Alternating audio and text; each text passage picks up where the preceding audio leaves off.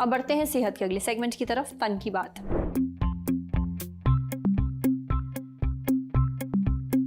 Katrina Kaif pregnant हैं। Cinema की दुनिया में पिछले कई दिनों से यह खबर छाई हुई है। 23 सितंबर को एक इंस्टाग्राम पोस्ट में कटरीना ने अपनी प्रेगनेंसी अनाउंस की थी। कई रिपोर्ट्स में दावा किया जा रहा है कि कटरीना अपनी प्रेगनेंसी के 3rd ट्राइमेस्टर में है, लेकिन बात सिर्फ इतनी होती तो हम सेहत में इसका जिक्र नहीं करते।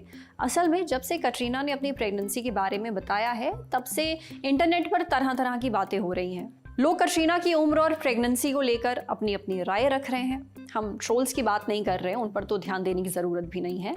दरअसल आम राय ये है कि लेट प्रेगनेंसी माँ और बच्चे दोनों की सेहत के लिए नुकसानदेह होती है, इसमें कॉम्प्लिकेशंस हो सकते हैं। इस बारे में हमने बात की centre for infertility and assisted reproduction, Gurugram में gynaecologist and IVF expert doctor Puneet Rana Arora से।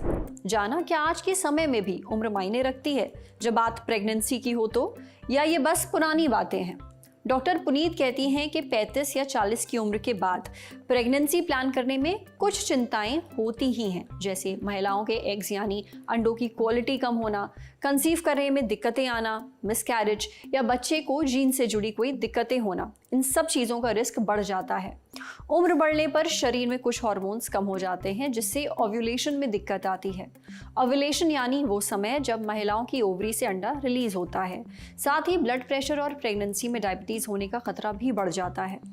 लेकिन अगर महिला की लाइफस्टाइल हेल्दी है, वो बैलेंस्ड डाइट लेती हैं, रोज़ एक्सरसाइज करती हैं, योगा करती हैं, मेडिटेशन करती हैं, फिट हैं, स्ट्रेस कम लेती हैं, तो 40 के बाद भी प्रेगनेंसी बिल्कुल सेफ हो सकती है। अगर टाइम टू टाइम डॉक्टर से जांच कराई जाए, उनके कहने पर फोलिक एसिड और ज़रूरी सप्लीमेंट्स लिए जाएं, तो प्रेगनेंसी में कॉम्प्लिकेशंस का रिस्क ना के बराबर हो जाता है। आजकल मेडिकल मॉनिटरिंग बेहतर हो गई है, जिससे हाई रिस्क के बावजूद सेफ डिलीवरी आराम से की जा सकती है। अक्सर लोगों को लगता है कि अगर एक ख़ास उम्र निकल गई तो एग्स की क्वालिटी कम हो जाएगी, जिससे महिला का प्रेग्नेंट होना नामुमकिन हो जाएगा, पर ऐसा बिल्कुल नहीं है। महिलाओं के पास एग फ्रीजिंग जैसा एक अच्छा ऑप्शन है। एग फ्रीजिंग में महिलाओं के एग्स को बाहर निकाल कर फ्रीज कर दिया जाता है। इससे आगे चलकर हेल्दी एग से प्रेगनेंसी मुमकिन हो सकती है। ये उन महिलाओं के लिए बहुत काम का है जो अभी प्रेग्नेंट नहीं होना चाहती। अगर एग फ्रीज ना कराने हो तो महिला को हर कुछ समय पर अपने ओवेरियन रिजर्व की जांच जरूर करवानी चाहिए। ओवेरियन रिजर्व एक टर्म है जो बताता है कि महिला के एग्स की क्वालिटी और संख्या कितनी है। एग्स की क्वालिटी अच्छी रखने में आपकी डाइट बहुत मदद करती है। एक ऐसी डाइट जिसमें एंटीऑक्सीडेंट्स, विटामिन सी, डी और ई ज्यादा हो। साथ ही सिगरेट और शराब से दूरी बहुत जरूरी है। फिर भी अगर किसी तरह की मुश्किल आए तो IVF और ICSI जैसे एडवांस टेक्निक्स मौजूद हैं। IVF में महिला के अंडे और पुरुष के स्पर्म को लैब में मिलाया जाता है। फिर इससे बनने वाले भ्रूण यानी एम्ब्रियो को महिला के गर्भाशय में डाल दिया जाता है।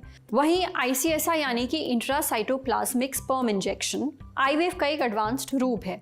इसमें एक स्पर्म को सीधे अंडे में इंजेक्ट किया जाता है। एक बार जब प्रेगनेंसी हो जाए तो PGT यानी कि प्री इम्प्लांटेशन जेनेटिक टेस्टिंग की जाती है। इस टेस्ट से लैब में बने भ्रूण की जेनेटिक टेस्टिंग की जाती है ताकि पता चल सके कि भ्रूण में कोई जेनेटिक डिसऑर्डर या कोई दूसरी दिक्कत तो नहीं। इसके साथ ही रेगुलर अल्ट्रासाउंड और ब्लड टेस्ट से माँ और बच्चे की हेल्थ लगातार मॉनिटर की जाती है। ज़रूरत पड़ने पर समय रहते इलाज शुरू किया जाता है। प्रेगनेंसी की हर स्टेज में डॉक्टर की गाइडेंस लेना ज़रूरी है ताकि खतरों को काफ़ी हद तक टाला जा सके और प्रेगनेंसी और डिलीवरी दोनों सेफ रहें। आज सेहत पर इतना ही। अगर आप एक डॉक्टर हैं, हमसे कुछ शेयर करना चाहते हैं तो जो ईमेल आईडी इस वक्त आपको अपनी स्क्रीन पर दिख रही है उस पर हमें एक मेल भेज दीजिए। शुक्रिया।